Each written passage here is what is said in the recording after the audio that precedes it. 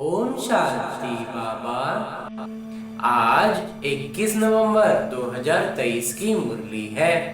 बाबा कह रहे हैं, मीठे बच्चे, सेकंड में मुक्ति और जीवन मुक्ति प्राप्त करने के लिए, एक क्षण में मुक्ति भी मिले और जीवन मुक्ति भी मिले, उसके लिए मन मना भव मध्याजी भव। बाबा को यथार्थ पहचान कर याद करो और सबको बाबा का परिचय दो।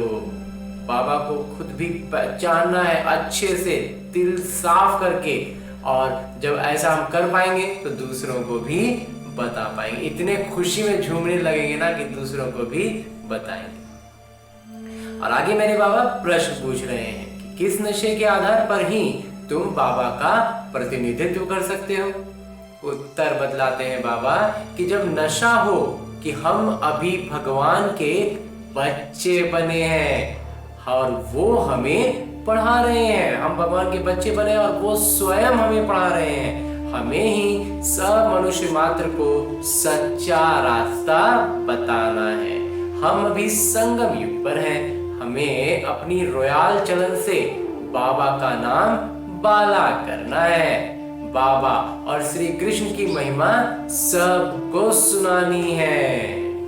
अंजी बाबा, गीत है आने वाले कल की तुम तकदीर हो। ओम शांति। और आगे मुरली से लिए गए वो प्रमुख बिंदु जो हमें अपने ब्राह्मण जीवन में धारण करने हैं, उनमें है कि बुद्धि से बेहद का संन्यास कर रूहानी यात्रा पर तत्पर रहना है, याद में रहने की आदत डालनी है। फादर शोज सन और सन शोज फादर। किसी भी पिता का मान तब बढ़ता है जब उनका परिचय उनके बच्चों के द्वारा दिया जाता है कि ये इनके पिता हैं, तो हमें उस स्तर पर जाना है। तो बाबा कहते हैं फादर शोज सन और फिर सन शोज फादर। हम बच्चों को इस स्थिति में ऊपर उठना है कि हमारे द्वारा हमारे पिता का प्रतिनिधित्व हो, उनका झलक झलके। तो सभी को बाबा का सत्य परिचय देना है, क्षण में जीवन मुक्ति का रास्ता बताना है। और आगे मेरे बाबा वरदान दे रहे हैं। वरदान देते हुए मेरे बाबा कहते हैं, मनसा और वाचा के मेल द्वारा जादू मंत्र करने वाले नवीनता और विशेषता संपन्न भव। मनसा और वाचा दोनों ही मिलन जादू मंत्र का काम करते हैं। इन दोनों का मिलन जहाँ है, मनसा भी है और वाचा भी है, तो बाबा कहते हैं ये जादू मंत्र का काम करता है। इससे संगठन की छोटी छोटी बातें ऐसे समाप्त हो जाएंगी जो आप सोचोगे कि ये तो जादू हो गया, लगे अरे ये कैसे हो गया, ये तो जादू हो गया। लेकिन ये तब होगा जब वाचा के साथ मनसा भी हो। तो मनसा शुभ भावना व शुभ दुआएं देने में व्यस्त हो तो मन की हलचल समाप्त हो जाएगी। पुरुषार्थ से कभी दिल शिकस्त नहीं होंगे, संगठन में कभी घबराएंगे नहीं। मनसा वाचा की सम्मिलित सेवा से विहंग मार्ग की सेवा का प्रभाव देखेंगे।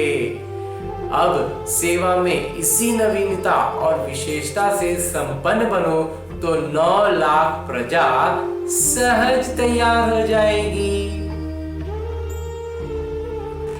और अंत में स्लोगन है, मुरली का उपदेश है कि बुद्धि यथार्थ निर्णय तब देगी जब पूरे पूरे निर्विकारी बनेंगे। जब तक बुद्धि में विकार रहेगा ना थोड़ा भी, तो वो खींचता रहेगा अपनी ओर। जब पूरी तरह से बुद्धि से विकार को हटा देंगे तब हमारा बुद्धि यथार्थ निर्णय ले पाएगा।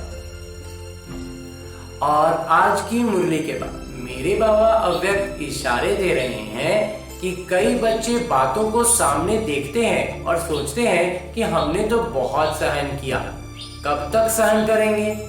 सहन करने की भी कोई हद होनी चाहिए ना। लेकिन जितना बेहद सहन उतनी बेहद की दुआएं, परमपिता परमात्मा की दुआएं मिल रही हैं। कल के अव्यक्त इशारे में बाबा ने कहा था ना कि जो सहन करते हैं वो किसके लिए सहन करते हैं? उस आत्मा के लिए नहीं, परमपिता परमात्मा की आज्ञा के लिए सहन कर रहे हैं। तो जितना बेहद का बाबा कह रहे हैं ना, हद पार कर जाए इतना सहन कर रहे हैं, तो फिर उसकी दुआएं भी तो परमपिता परमात्मा की बेहद की दुआएं मिलती हैं। तो उतनी बेहद की दुआएं मिलती हैं क्योंकि बाबा के आज्ञाकारी बन रहे हैं।